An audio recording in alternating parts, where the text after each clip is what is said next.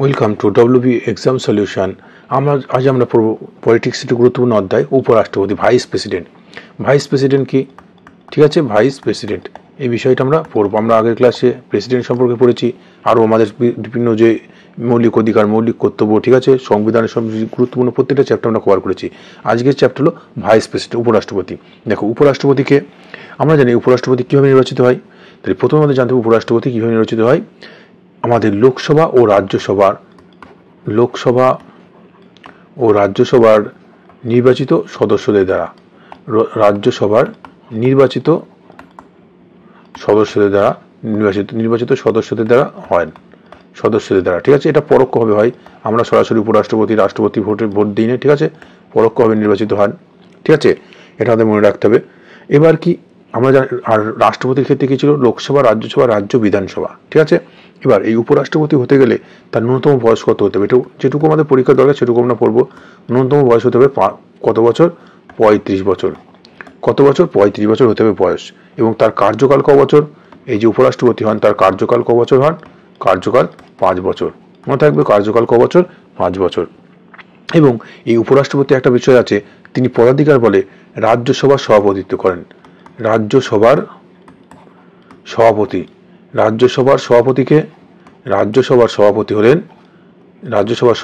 হলেন উপরাষ্ট্রপতি। মনে থাকে যেন, এই উপরাষ্ট্রপতি রাজ্যসভার সভাপতি, রাজ্যসভার তিনি চেয়ারম্যান। খুব ইম্পর্টেন্ট কোশ্চেন। বর্তমান থেকে রাজ্যসভার সভাপতি কে হবেন? বর্তমান রাজ্যসভার সভাপতি হবেন আমাদের উপরাষ্ট্রপতি। উপরাষ্ট্রপতি বর্তমান কে আছেন? বর্তমান উপরাষ্ট্রপতি কে আছেন? জগদীপ ধনকর, ঠিক আছে, মনে থাকবে। তাহলে এগুলো আমাদের জেনে রাখতে হবে। পরবর্তী যে প্রশ্নটি এখানে আমাদের আসতে পারে, ধরো উপরাষ্ট্রপতি পদ শূন্য হলো, উপরাষ্ট্রপতির পদ ধরো শূন্য হলো, ঠিক আছে।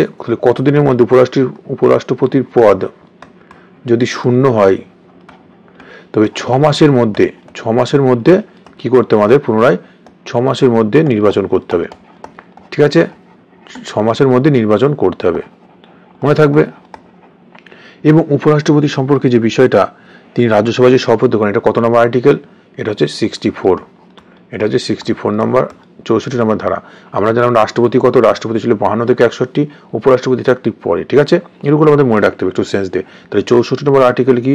রাজ্যসভার সভাপতি হলেন উপরাষ্ট্রপতি, এটা 64 নম্বর আর্টিকেলে বলা হয়েছে, ঠিক আছে। এবার এই উপরাষ্ট্রপতি কিভাবে নির্বাচিত হয়? আমরা দেখলাম রাজ্যসভা, লোকসভা নির্বাচিত সদস্যদের দ্বারা পরোক্ষভাবে নির্বাচিত হয়। ক বছর তার কার্যকালের মেয়াদ? কার্যকালের মেয়াদ 5 বছর। ন্যূনতম বয়স কত হতে হবে? 35 বছর। এবং যদি উপরাষ্ট্রপতির পদ শূন্য হয়, তাকে 6 মাসের মধ্যে কি করতে হবে? পুনরায় নির্বাচন করতে হবে কোনো একজনকে, ঠিক আছে। এবার একটু বিষয় জেনে রাখতে হবে, প্রথম উপরাষ্ট্রপতি কে ছিল? প্রথম উপরাষ্ট্রপতি কে ছিল? আমরা জানি প্রথম রাষ্ট্রপতি কে ছিলেন? রাজেন্দ্র প্রসাদ। তেমন প্রথম উপরাষ্ট্রপতি কে ছিলেন? প্রথম উপরাষ্ট্রপতি ছিলেন ডক্টর সর্বপল্লী রাধাকৃষ্ণন। সর্বপল্লী রাধাকৃষ্ণন। ইনার জন্মদিনে কি পালন করা হয়? শিক্ষক দিবস, টিচার ডে, ঠিক আছে, রাধাকৃষ্ণন, ঠিক আছে, এটা আমাদের মনে রাখতে হবে। এবার প্রথম মুসলিম উপরাষ্ট্রপতি কে ছিলেন? ডক্টর জাকির হোসেন। প্রথম মুসলিম উপরাষ্ট্রপতি কে ছিলেন? মুসলিম উপরাষ্ট্রপতি ছিলেন কি হবে? আমাদের ডক্টর জাকির হোসেন, ঠিক আছে, জাকির হোসেন, ঠিক আছে। বর্তমান উপরাষ্ট্রপতিকে জগদীপ ধনকর, ঠিক আছে, বর্তমান উপরাষ্ট্রপতিকে জগদীপ ধনকর, ঠিক আছে। এবং উপরাষ্ট্রপতি যদি তিনি পদত্যাগ করতে চান, তিনি পদত্যাগপত্র কার কাছে দেবেন? তিনি রাষ্ট্রপতির কাছে দেবেন। এবং উপরাষ্ট্রপতিকে শপথ বাক্য পাঠ করাইকে এটুকু আমাদের জেনে রাখতে হবে, শপথ বাক্য পাঠ করাইকে রাষ্ট্রপতি, বা নিয়োগ করেন কে? রাষ্ট্রপতি, মনে থাকবে। কারণ উপরাষ্ট্রপতির আগে কে থাকে? আর রাষ্ট্রপতি আছে, তাই রাষ্ট্রপতি উপরাষ্ট্রপতিকে নিয়োগ করেন, শপথ বাক্য পাঠ করাবেন বা নিয়োগ করেন, ঠিক আছে, এটা যেন মনে থাকে। তাহলে এই ধরনের প্রশ্ন আমাদের এখান থেকে আসতে পারে, ডিটেলস আর কিছু পড়ার দরকার নেই, ঠিক আছে। এবার আমাদের যেটা জানতে হবে, প্রধানমন্ত্রী সম্পর্কে আমাদের জানতে হবে, খুব ইম্পর্টেন্ট একটা কোশ্চেন। প্রধানমন্ত্রী সম্পর্কে দেখো, প্রধানমন্ত্রী সম্পর্কে আমাদের কি কি জানতে হবে? প্রধানমন্ত্রী হলেন আমাদের কি, প্রধানমন্ত্রী কিভাবে নির্বাচিত হয়? প্রত্যক্ষভাবে নির্বাচিত হয়, তাই তো। আমরা প্রত্যক্ষ সরাসরিভাবে কি দিই? ভোট দিই, তাই তো। ভোট হয় তো প্রত্যক্ষভাবে নির্বাচন হয়। যে লোকসভার ভোট, এই লোকসভার ভোটের মাধ্যমে সবচেয়ে যে দল সংখ্যাগরিষ্ঠ হয় তিনিই কি হন? সেই দল থেকে প্রধানমন্ত্রী নির্বাচন হয়। তাহলে প্রধানমন্ত্রী কি? লোকসভার সংখ্যাগরিষ্ঠ দলের সভাপতি, ঠিক আছে, লোকসভার সংখ্যাগরিষ্ঠ দলের তিনি নেতা। তো লোকসভার সংখ্যাগরিষ্ঠ দলের নেতা বা নেত্রী। সংখ্যাগরিষ্ঠ মানে যে দল সবচেয়ে বেশি ভোট পাবে, সংখ্যাগরিষ্ঠ দলের নেতা বা কি হবে, নেত্রী। তিনি হবেন কে, প্রধানমন্ত্রী। ঠিক আছে। এবং এই প্রধানমন্ত্রী হতে গেলে ন্যূনতম বয়স কত হতে হবে? এই প্রধানমন্ত্রী হতে গেলে ন্যূনতম বয়স হতে হবে ক বছর? 25 বছর। মনে থাকবে ক বছর? 25 বছর। আর রাষ্ট্রপতি উপরাষ্ট্রপতির ক্ষেত্রে 35 বছর। এবং কার্যকাল ক বছর? আমাদের যে প্রধানমন্ত্রীর কার্যকাল ক বছর? কার্যকাল 5 বছর। মনে থাকবে কার্যকাল ক বছর? 5 বছর। এছাড়া এই প্রধানমন্ত্রীকে আমাদের প্রকৃত যে ক্ষমতা আছে, প্রকৃত শাসক, প্রকৃত ক্ষমতা বা প্রকৃত শাসককে, আমাদের প্রকৃত শাসক হলেন প্রধানমন্ত্রী। ঠিক আছে। বর্তমান প্রধানমন্ত্রী শ্রী নরেন্দ্র দামোদর দাস মোদী। ঠিক আছে। তিনি হলেন প্রকৃত ক্ষমতার শাসনের অধিকারী। মনে থাকবে। আর রাষ্ট্রপতি কি নামমাত্র শাসনের অধিকারী। ঠিক আছে। ইনি হচ্ছেন কি, শাসন বিভাগের প্রধান। শাসন বিভাগের প্রধান। মনে থাকবে এই প্রধানমন্ত্রী হচ্ছে শাসন বিভাগের প্রধান। ঠিক আছে। এবার কি জানতে হবে, এই প্রধানমন্ত্রী কি করেন? প্রধানমন্ত্রী লোকসভা ভোটের মাধ্যমে হয়েছে নির্বাচন। এই প্রধানমন্ত্রী লোকসভা ও রাষ্ট্রপতির মধ্যে কি করে? মিডল ম্যান হিসেবে কাজ করে, যোগসূত্র রক্ষা করে। রাষ্ট্রপতির মধ্যে কি করেন? যোগসূত্র রক্ষা করেন।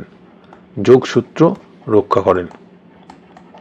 মনে থাকবে যোগসূত্র রক্ষা করেন। তো এটুকু আমাদের জেনে রাখতে হবে। আর কি, যদি এই প্রধানমন্ত্রী পদত্যাগ করতে চান, তিনি কাকে পদত্যাগ করতে চান? তিনি পদত্যাগ দেবেন কার কাছে? পদত্যাগ পত্র দেবেন? রাষ্ট্রপতির কাছে। ঠিক আছে। পদত্যাগ করতে চান, কার কাছে পদত্যাগ পত্র দেবেন? রাষ্ট্রপতির কাছে। এবং এই প্রধানমন্ত্রীকে শপথ বাক্য পাঠ করাইকে বা নিয়োগ করে কে? শপথ বাক্য পাঠ করান বা নিয়োগ করেন কে? রাষ্ট্রপতি। মনে থাকবে শপথ বাক্য পাঠ করেন কে বা নিয়োগ করেন কে? রাষ্ট্রপতি।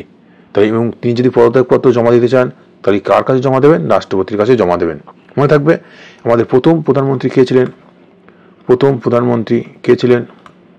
আমরা সবাই জানি প্রথম প্রধানমন্ত্রী ছিলেন কে? পণ্ডিত জওহরলাল নেহরু। ঠিক আছে। পণ্ডিত জওহরলাল নেহরু। মনে থাকবে। আর বর্তমান প্রধানমন্ত্রী কে আছেন? বর্তমান প্রধানমন্ত্রী হলেন আমাদের নরেন্দ্র মোদী। প্রথম মহিলা প্রধানমন্ত্রী কে ছিলেন? প্রথম মহিলা প্রধানমন্ত্রী, এটা আমাদের জেনে রাখতে হবে, প্রথম মহিলা প্রধানমন্ত্রী কে ছিলেন? ইন্দিরা গান্ধী। ঠিক আছে। এই ইন্দিরা গান্ধীর আমলে কি কি হয়েছিল? গরিবি হটাও স্লোগান। ঠিক আছে। এটা তো মনে রাখতে হবে, খুব ইম্পর্টেন্ট প্রশ্ন। তাহলে এই বিষয়গুলো আমাদের আসতে পারে এখান থেকে। আরো ডিটেলস আছে, আর্টিকেলগুলো আমরা একটা ক্লাস আলোচনা করবো, খুব সহজে মনে থাকবে। ঠিক আছে। তাহলে এই পর্যন্ত ক্লাসটা আমাদের থাকছে। পরবর্তী প্রশ্ন আমাদের থাকবে কি,